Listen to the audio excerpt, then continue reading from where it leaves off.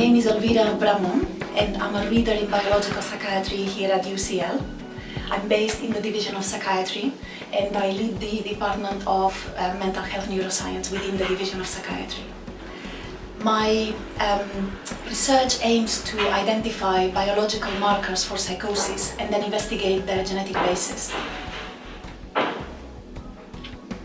So the main questions I have, at the beginning when I started doing research, my main question was to how can we identify genes that increase the risk of developing psychotic disorders. But now we have made a good start identifying some of these genes, so my current question is more how can these genes increase the risk and what is their effect on the brain. So why is this important for society? There's a number of reasons, but to keep it brief, I would say one of the reasons is psychosis, if you define it broadly, so including schizophrenia, bipolar disorder and in-between conditions, they're actually quite common, so the lifetime prevalence is about 3%. And they're also one of the most disabling diseases that, for humans. If you look at the WHO website, they've got these 10 key questions about human health, and one of them is how severe mental illness is causing huge disability worldwide. And psychosis also affects young people, so it is really a very, very important cause of disability and suffering. Plus then this has an economic effect in that, because the illness hits early, a lot of patients who develop psychotic disorders cannot really finish college or get jobs, so it has a huge economic impact. However, compared to other equally disabling and common diseases, a lot less investment has historically been done in psychosis research, but this is going to change. A lot of the funders in the UK and elsewhere, like the Wellcome Trust, NIHR, MRC, they're all pledging to increase their support for research into psychiatry, into mental health in general. So this is about to change, and it's very exciting to see this in the field, that there will be, in the next few years, a lot of investment in this area. And UCL is now developing the Institute of Mental Health, which will approach the problem of severe mental illness holistically, from very basic cell biology to epidemiology and social and anthropological research. So I will now tell you what I have been up to and what I have found in terms of research. As I was saying, I'm looking for biological markers for psychosis, and I've used a number of techniques, for example, structural MRI. I'm also interested in cognitive changes associated with psychosis, but I have a particular interest in the use of EEG methodology. And of course, all of this is geared towards investigating the genetics of psychosis. And so why use EEG techniques? Well, one of the key reasons is it's a very safe technique. You can test babies, you can test pregnant women, there's no radiation.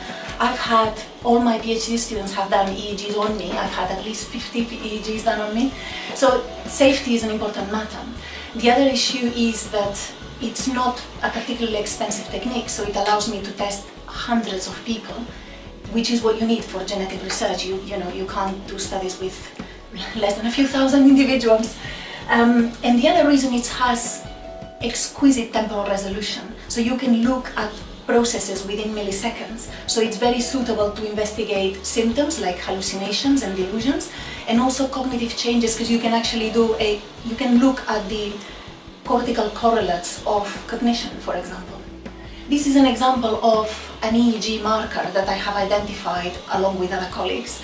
It's called the P300 wave. So you ask your participants to do a memory and attention task where they have to respond to certain targets.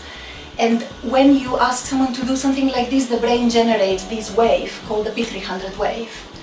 And what we find in psychosis is that compared to healthy populations, patients with psychosis have a reduction in the size of this brain response, which is, it reflects a reduced cortical activation during tasks of memory and attention.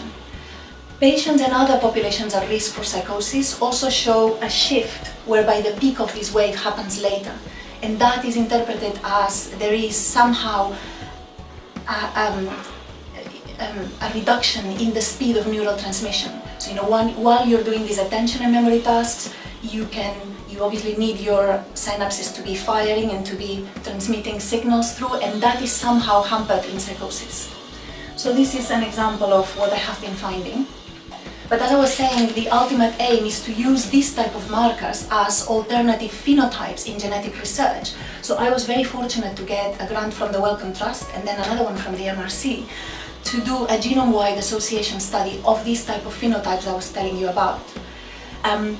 So in a GWAS, it's quite an interesting method in that it's hypothesis-free, so you could call it brute force, really. You don't have a hypothesis, you just, because the technology has improved so much in genetics, you can actually look at hundreds of thousands of markers across the whole genome and basically do like a screening of what loci are interesting.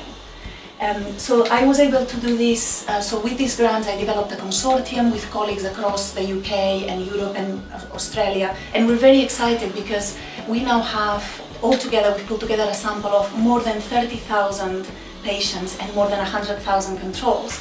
And just this week, this is July 2014, so just towards the end of July 2014, we have just got a paper in Nature, very happy about that. Again, this is part of this big international consortium with everyone in the world, including UCL, and we have this big sample I was telling you about, and we have been able to identify over 100 interesting genetic loci that are clearly associated with schizophrenia. And some of these are very interesting because they point to genes like DRD2, which is it codes for a dopamine receptor, and all antipsychotic drugs basically bind to this type of receptors to exert their effects. So it's actually very interesting how previous hypotheses about the biological basis of psychosis are now being confirmed through this study. And other interesting genes that have come up as with very strong statistical evidence are GRM3 and other glutamatergic genes, which again, glutamatergic neurotransmission is also key in psychosis. So what is important about this is that it's putting psychosis research in a very similar footing as other successfully GWAS diseases like Parkinson's disease, Alzheimer's. So it's very important that a psychiatric disorder is now having similar findings as somatic disorders. But also very importantly, this type of genes that we've been identifying, they make very promising targets for developing new drugs that could be effective to treat the disease. It's a very exciting time to be doing genetics of psychosis, and I would encourage you to get into this field.